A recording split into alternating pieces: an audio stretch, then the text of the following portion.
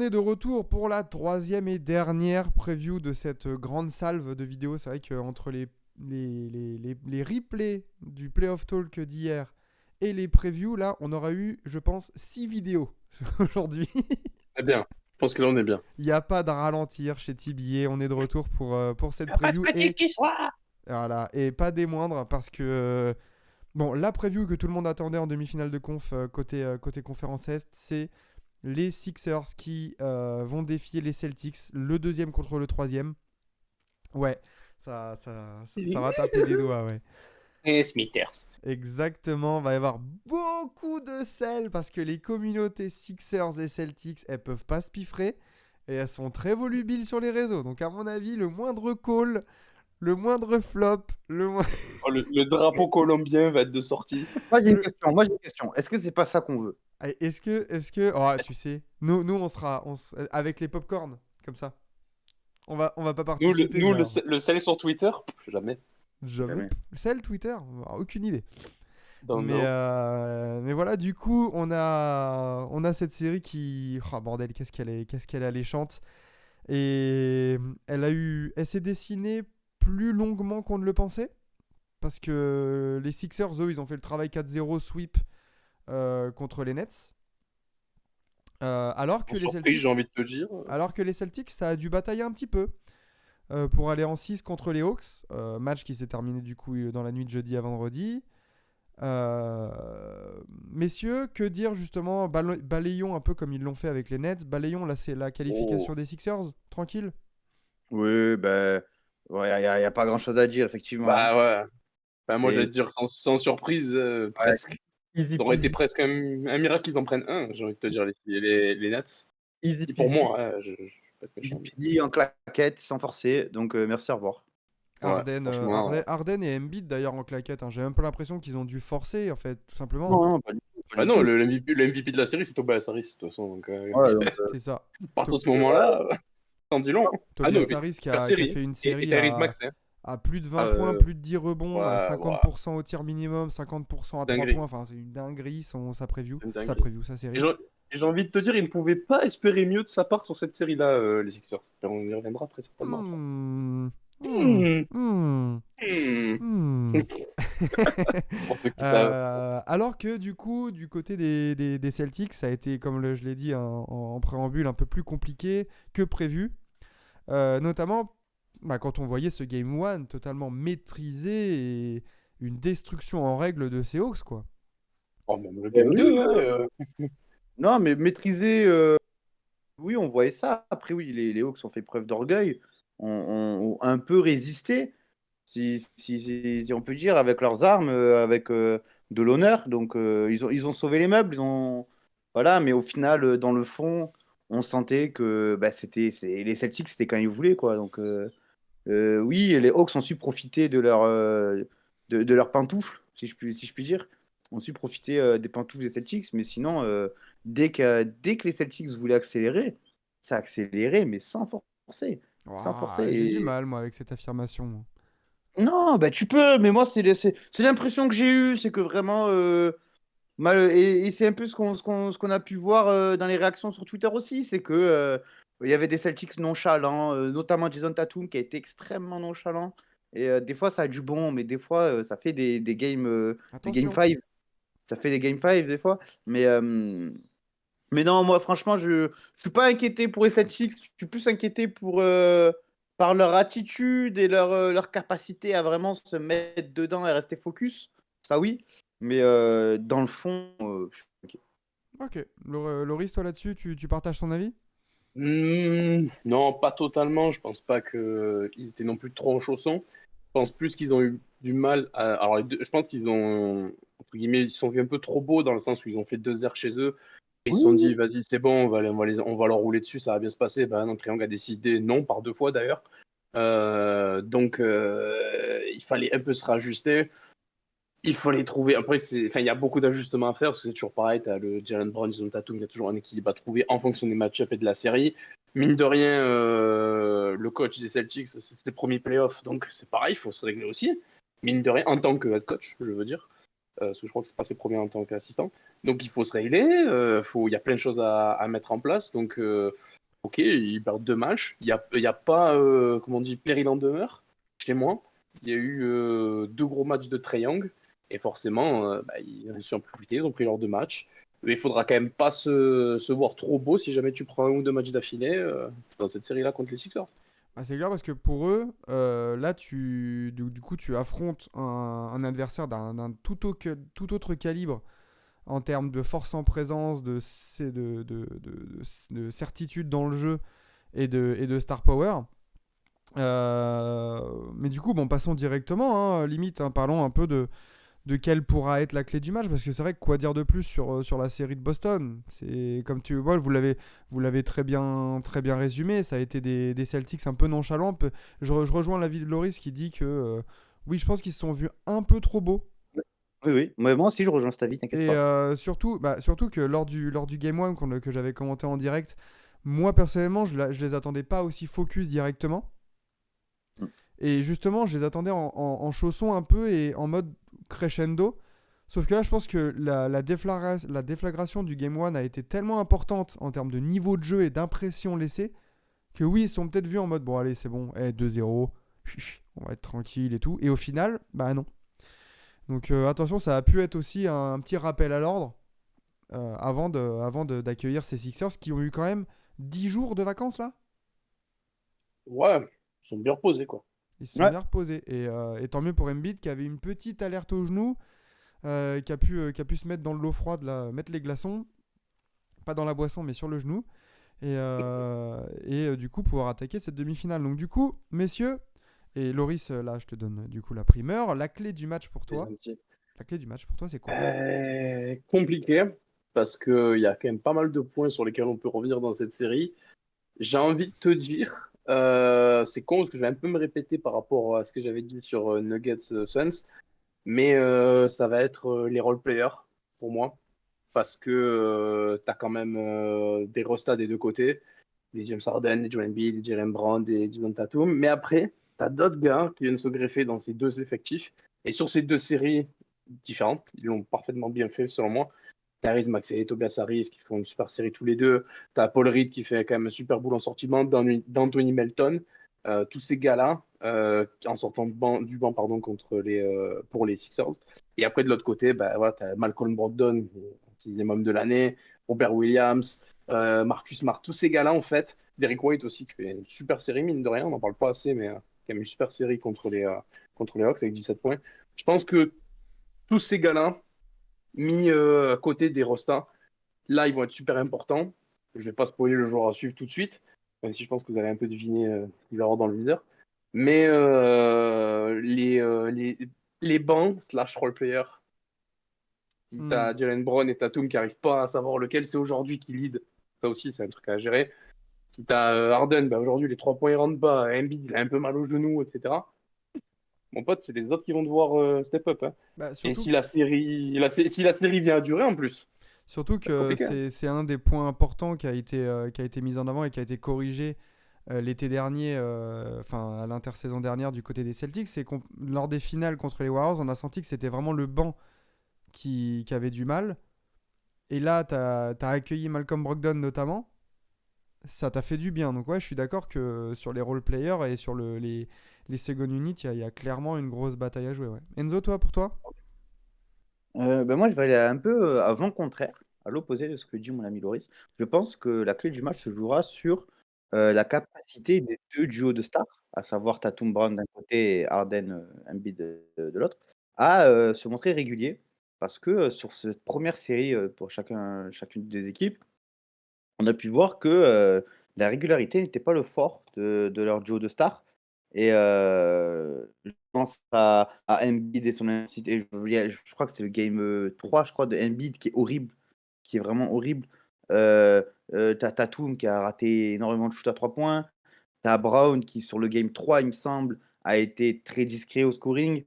T'as Harden qui a eu des problèmes de finition de fou. Il a raté énormément de double pas. Donc, tu vois, je pense que ça va jouer sur quel duo va être le plus régulier et réussir à mettre son équipe dans les meilleures dispositions.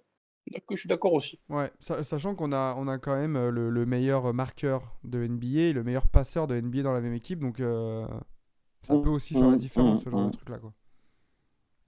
Plus confiant pour le duo Jaylen Brown et Tatum ou pour Embiid Darden, du coup, Enzo, toi? Allez, je vais dire quand même Brown et Tatum parce que les Celtics ont plus de matière à défendre que les Sixers.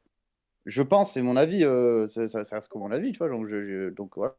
Mais je pense que, en tout cas, c'est eux qui ont plus matière à casser les couilles. D'accord, ok. À casser les couilles à Harden et Embiid, du coup. Oui, oui, oui. Ok, ok. Moi, la clé du match, justement, je rejoins à moitié ce qu'a dit Laurie. Je vais un peu plus précis là-dessus. C'est qui sortira gagnant alors que Loris fait à manger et Enzo nettoie sa caméra. Magnifique. Moi, ça va être Oh, Oh, bonjour madame. on a une invitée surprise! Non! Elle Eh pense oui, quoi, c'est elle? pour ça.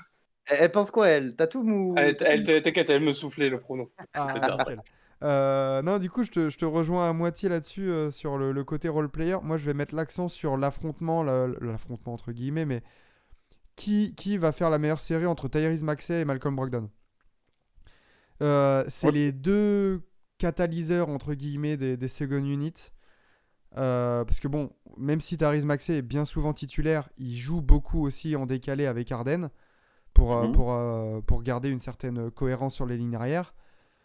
Donc vraiment, celui qui fera la meilleure série offensivement comme défensivement dans les efforts, parce que Tyrese Maxey, il peut aussi faire les petits efforts.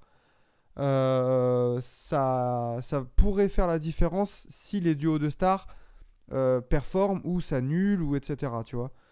Donc Je vois. ouais, Tyrese Je Maxey, vois. et j'en attends beaucoup de Tyrese Maxey. Ça ne sera pas mon joueur à suivre, mais bordel, lui, il peut vraiment faire un chantier dans ses playoffs.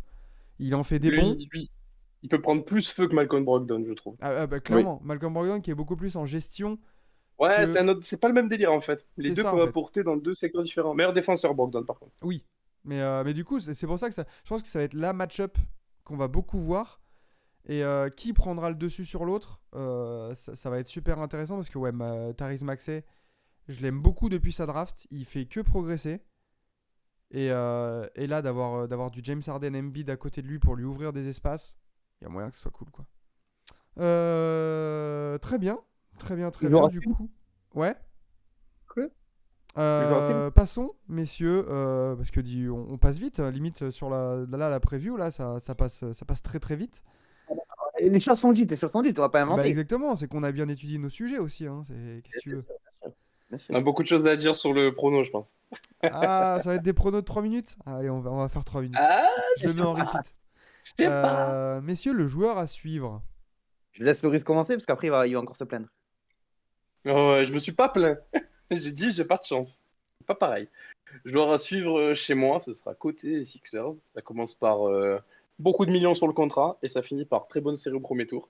Monsieur Tobias Harris, Tobias, une très très bonne série contre certes les Nets, les modestes Nets, sans vouloir leur faire offense, mais quand même, 20 points de moyenne, presque 9 rebonds, de la passe, de la défense, juste ce qu'il faut, et surtout des bons pourcentages, 56% au tir, 57% à 3 points, 100% au lancer franc.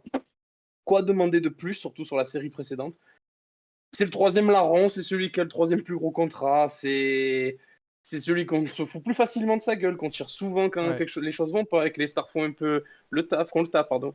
Donc j'attends beaucoup de lui. Tyrese Maxey, j'attends plus à ce qu'il fasse des hit checks, à plutôt vraiment être Ouais. constant sur la série. Personnellement, je n'en voudrais pas s'il n'est pas constant, mais s'il fait un match à 35 et qu'il fait gagner, bah, mon pote, c'est cool, quoi, tu vois. C'est ton rôle, t'es là pour ça. Mais Tobias Harris, j'attends vraiment d'être la troisième option. S'il y a le rebond supplémentaire à prendre, je vais le prendre. Si j'attends du dépassement de fonction, donc c'est vraiment ce gars-là, moi, que je vais suivre, parce que je pense qu'il peut apporter bien plus que ce que on attend de lui dans cette série, et il va être super important, d'autant plus qu'en face, t'as un gros duo avec quand même pas mal de bons role-players, des Marcus Smart, des mecs comme ça. Donc il te faut un mec, surtout qui peut jouer 3-4, peut jouer derrière la ligne et dans la peinture. Il va être super important. Donc moi, ça va être Tobias Harris à suivre. Et Il je vais essayer de pas sera, lui tirer dessus s'il rate 2 tirs. il sera sûrement défendu par Tatum en plus, Tobias Harris. Ah, il y a des chances. Hein. Il y a des chances, mais sur des séquences, sur des pics, etc., je pense que ça va être lui. Et même lui, hein, il risque de défendre sur les deux, en fonction de comment les switches se font. S'il prend des Ford et Grant Williams, je pense qu'il va un peu plus souffrir. Par contre, Rob Williams aussi va se faire déglinguer, je pense, parce que physiquement, les mecs sont un peu plus costauds. Et lui, il est pas maigre, attention. C'est quand même un beau bébé, bien solide sur les appuis, etc. Mais je pense que il risque de se retrouver pas mal de fois sur la match-up avec Tatum. Et inversement, en fonction des pics, etc. Et ça aussi, ça sera peut-être une des clés à suivre dans le coaching. Très bien, très bien, très bien. Du coup, Enzo, pour toi?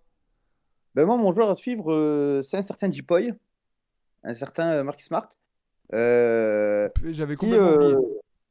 qui aura, je pense, la tâche de comment dire, sachant que c'est Harden qui va initier les attaques, ça sera lui le premier défenseur sur le terrain, sera lui en première ligne, et sera lui de. Je pense que plus tu fais chez Harden, plus tu fais chez les Sixers. Bah, est-ce Et que ça serait pas Derrick White sur lui? sur Harden, ah non, sera Smart. Hein. Bah, pour moi, Derrick White fait une bien meilleure série de playoffs défensivement que Marcus Smart. Hein. Ouais, mais c'est qui le J-Poy? Mais c'est quoi ce Deepoy aussi? Ah ouais, c'est parce que c'est bon, t'es en Italie, on te. Oh, Exactement, oh, oh, oh. attends, parlons. Non, C'est qui bon. c'est les Depoy? Les Depoy, c'est qui? Le Deepoy Non, non, 2022, Les Depoy. le Deepoy de la C'est Derico narration, c'est Bianco. bon, c'est bon. C'est Derico Bianco. À aucun moment, c'était même le meilleur défenseur des Celtics de base. Voilà. Donc, non, bref. je pense que Smart défendra sur Harden. Moi, si je suis coach des Celtics, je fais défendre Smart sur Harden. Et je pense que ce sera lui qui aura la plus grosse responsabilité défensive de l'équipe. Parce que dans tous les cas, Embiid sera prise à deux. Embiid sera prise à deux. Soit par Horford Williams, soit par Tatum Horford, par Tatum Williams. Embiid sera prise à deux. Je pense que P.J. Tucker sera assez souvent laissé seul. Et que voilà, lui qui doit faire chier avant tout en premier, c'est Marcus Smart. Tu vois, si les Celtics ils commencent à vouloir faire prise à deux sur Embiid, c'est pas bonne idée pour moi. Hein. Eh ben, écoute, On l'a verra, vu hein, contre moi, les Nets. Hein. Embiid, c'est un très bon passeur. Il trouve les hommes libres. Et les hommes libres qui arrivent à bien shooter du côté des Sixers, quand ils sont open, il y en a pas mal. Mais ok. Moi, mon joueur à suivre. Donc il y a du Tobias Harris, il y a du Marcus Smart. Bon, Joël. C'est bon, on peut avoir une série statement là. On peut avoir une énorme série de playoffs pour ta carrière là. Parce que c'est vrai qu'on en parlait quand on faisait nos brackets. Embiid, Jokic, il n'y a pas non plus pour l'instant de série référence. Où on se dit, oh, tu te rappelles Embiid 2021 là sur la bouche de... Non, en fait t'en as pas. Et quoi de mieux que maintenant, en étant reposé, en étant probablement MVP, pour dire, hé les gars, c'est mon année, j'en ai rien à foutre. On a un roster super équilibré, plus équilibré depuis le process, j'ai l'impression, entre le banc et les 5 majeurs. James Harden et moi, là, ça y est, on a trouvé le rythme, on sait comment on joue ensemble. J'ai des coéquipiers sur lesquels je peux m'appuyer. Et je suis le fucking MVP, quoi. Je dois tabasser. Alors Ford et Robert Williams, il doit les taffer, il doit les tabasser. Avec tout le respect que j'ai pour alors Ford, l'expérience, grosse défense intelligente et tout ça, mais à un moment donné, Embiid, il est plus grand, plus costaud, plus puissant, plus jeune. Et surtout, Embiid, tu ne dois pas tirer plus de 2 fois à 3 points par match. Faut tabasser à l'intérieur. Oula, je suis pas sûr de cette take là. Ah si. Faut pas qu'il shoot à 2. Faut pas qu'il shoot plus de 2 fois. Doc Rivers, il va le faire shooter, ça c'est sûr. Ah non. Mais même pas Doc Rivers. Take the shot. Embiid lui-même va shooter s'il est ouvert, tu crois Ah que bah quoi. oui, s'il est ouvert en tête, la face au cercle, c'est son spécial. Ah Et oui, il va le bien faire. sûr, c'est bien sûr, certain. bien sûr. Mais il shoot à combien là il shoot comment sur ses playoffs là à 3 points? Il a combien dans tentatives? Franchement, prendre la série contre les Nets comme référence, Il en a c'est 2.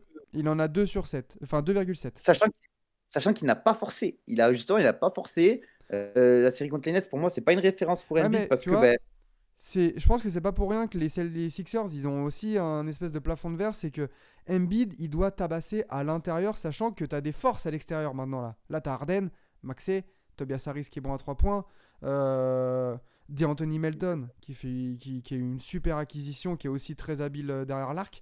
Tu dois pas embouteiller ce côté-là du terrain. Essaye de les taffer à l'intérieur, là où ils ont leur force aussi, c'est les Celtics. Leur force, c'est d'avoir une rotation là en 4 et en 5. Tu as du Robert Williams, Al Horford, Grant Williams, même Luke Cornett qui a pu rentrer ou un truc comme ça. Tu dois les taffer, tu dois leur mettre un tarif. Donc Jojo, là, c'est ta série. Rends-nous fiers, Français. Bleu, blanc, rouge, s'il te plaît. Le français, comme dirait Vlad. Voilà. J'invite le français. On veut causer français et moi je veux un duel de français en finale de conf entre Evan Fournier et Joel Embiid. Voilà. Non, mais ouais, Joël, là, ça doit être les blagues doivent s'arrêter. Là, on veut plus de session van sur Embiid en playoff. Ça doit être le statement. Très bien. Très bien, messieurs. Passons au petit pronostic. Je reprends la soundboard. Oh, les clés du match. Bah, on Si les je a ne déjà dit. m'abuse. les a dit, les clés du match. Ah, my bad. Loris. Tu as dit le banc, tu as dit. Oui, Oh. eh ben, tu vois, je vais juste rajouter un truc. C'est un truc qui va être super important. Je viens de capter que les deux équipes sur la série, chacune de leurs séries respectives, échouent au même pourcentage à 3 points. 40,6. Les deux. Donc les Celtics contre les Hawks et les Sixers contre les Nets. Donc attention, parce que tu as des mecs qui peuvent artiller des deux côtés, dans des degrés différents, avec des spécialistes et des mecs qui prennent feu, tu vois. Donc je pense que... Sur ce côté-là, j'ai plus confiance au roster de Philly qu'en Marcus Smart, Derrick White, qui sont un peu plus tricky, je trouve. Ouais, c'est pour ça que je dis dans des registres différents. Mais t'as un peu le même joueur des deux côtés, tu vois. C'est vrai, parce que là, on l'a vu, moi je l'ai vu là quand j'ai regardé le Game 6 contre Atlanta. Des fois, il y a des tirs ouverts, mais complètement ouverts. Ça bricasse de ouf et c'est compliqué. Hein. Genre Marcus Smart et tout là. Des fois, c'est compliqué niveau régularité à 3 points. Du coup, pronostic. Pronostic 35 secondes, 1 minute, comme vous voulez, on s'en fout. Enzo, tu as la scène est à toi. Le public t'écoute. C'est parti. Donc moi déjà, j'ai parti sur un game 7. Sur un game 7 que les Celtics vont remporter, je pense. Parce que voilà, je pense que défensivement, ils ont plus de moyens. Tactiquement, ils ont plus de moyens. Ils ont plus de ressources. Et je pense que c'est ce qui fera la différence, notamment à l'intérieur où ils ont vraiment des rotations bien différentes des unes des autres, avec vraiment beaucoup plus de matière à s'adapter, surtout là où en soi les Sixers, leur objectif va être d'imposer leur jeu. Mais s'ils n'y arrivent pas, j'ai plus de réserve sur eux, le fait d'encaisser un jeu, de s'adapter et d'y répondre. Donc là, ça va. Je pense pas que les Sixers pourront imposer leur jeu, pas sur une série entière, sur quelques séquences, oui, sur peut-être 1 ou 2 matchs, oui. Mais sinon, non, je les vois. Je les vois trop faibles et trop pauvres en solution pour inquiéter les Celtics. Ok. Tu ne crois pas en Doc Rivers. Let's go, guys. Let's go. Non, j'ai pas dit ça. J'ai pas dit que je ne croyais pas en Doc Rivers. Je ne crois pas aux munitions diverses des Sixers. C'est différent. Okay. Parce que Doc Rivers, avec toute la volonté qu'il veut, il peut pas non plus s'adapter comme il le souhaite avec l'effectif qu'il a. Ok, très bien. Très bien. C'est clair, c'est précis, c'est limpide. Et au revoir. Hey, Joe. il a posé son chrono, il a fait allez. Il a fait ça, Mic drop, salut. Loris, à toi, un petit pronostic, 35, 50 secondes. Non, ça va aller. Le prono que m'a soufflé ma fille que je vous ai tout à l'heure. Après Paul Le Poulpe, magnifique. Après Paul Le Poulpe, ma fille. Exactement. 4-3. Let's go. Game 7 aussi. Top. C'est parti. Loris. 4-3, Game 7. Sixers, c'est finito les blagues. On passe, on va en finale de conf. c'est bon, là, il y en a assez, les Sixers, c'est bon, bougez-vous le fiac, c'est maintenant, là, vous avez l'occasion pour le faire. Mais ça ne sera pas facile, parce que tu as quand même une grosse équipe en face. Certes, qu'on un peu galéré, que je trouve un peu trop beau, etc. En tout ce qu'on a dit tout à l'heure avant avec les Hawks. Mais je pense que ils vont passer. Il y a quand même les 2 mecs les plus dangereux, peut-être, dans un même effectif. Meilleur passeur, meilleur scoreur, Harden et Embiid. En face, tu as un super duo, mais des fois, tu peux avoir un manque de clarté dans qui est le 1, qui est le 2, le 1 bis, etc. Je pense que ça va être un peu compliqué à ce niveau-là. Néanmoins, ça va quand même aller jusqu'au Game 7 parce que tu as quand même 2 effectifs super forts et super Parce qu'on aime le intéressants. sang. Et parce qu'on aime le sang aussi. Mais c'est bon, les Sixers, c'est maintenant là. Finale de conf, allez. Ok. Donc il y a du. Alors, il y a 2 Game 7. Non, si, il y a 2 Game 7. Et si, il y a 2 Game 7. Celtics et Sixers. Est-ce que je vais faire la passe de 3 Bah non, il n'y aura pas de Game 7 pour moi. Je vois un 4-2 Sixers. Je vois les Sixers prendre le premier match. Trop frais, trop reposé. Et des Celtics peut-être un peu émoussés. Enfin, pas émoussés, mais tu vois les espèces de sautes de concentration où le côté bon, on prend un peu de haut. C'est passé contre les Hawks qui était une équipe collectivement médiocre. Là, contre ces Sixers-là, ça va pas passer. Et je les vois bien prendre le 1 et dérouler à domicile pour finir en 6. Tout simplement. Voilà. C'est fort bien. Bah, magnifique. Écoute. Pour cette preview des Sixers et des Celtics qui va aller en finale de conf et défier le gagnant de Heat Knicks. Oh, la finale de fou. Est-ce que cette demi-finale de conf, c'est un peu la finale de conf avant l'heure? Ouais, un peu en vrai. Après, tu peux discuter avec les Bucks qui sont fait upset, mais en temps normal, ça aurait pu être aussi. Franchement, encore, je serais plus à l'aise d'affronter le Heat si je suis les Sixers que si je suis les Celtics. Mais ça, c'est un autre débat. Ça, c'est un autre débat. Ça sera pour une autre preview au cas où. Peut-être. Au cas où. Voilà, donc voilà, mais on a fini cette triptyque de preview. Peut-être qu'on en fera une autre quand on aura la 4e affiche de ces demi-finales de conférence. Merci Enzo, merci Loris pour ce petit exercice improvisé. Pour ces premiers enregistrements de TBA, incroyable. On se diversifie, on vous offre toujours plus de contenu pour voir, comme je l'ai dit hier, nos sales tronches et nos avis frauduleux. C'est toujours un plaisir. Donc voilà, nickel. Merci à tous d'avoir suivi ces previews. Abonnez-vous justement au YouTube si vous voulez avoir les replays. Et venez nous voir sur Twitch dès qu'on est en live. Pour le programme, à chaque fois, il est posté sur Twitter et tout ça. Donc n'hésitez pas à nous suivre là-bas. Et puis vive les playoffs. Et sauf ceux qui sont... Et vive le basket, sauf pour ceux qui sont nuls et déjà en vacances. Voilà.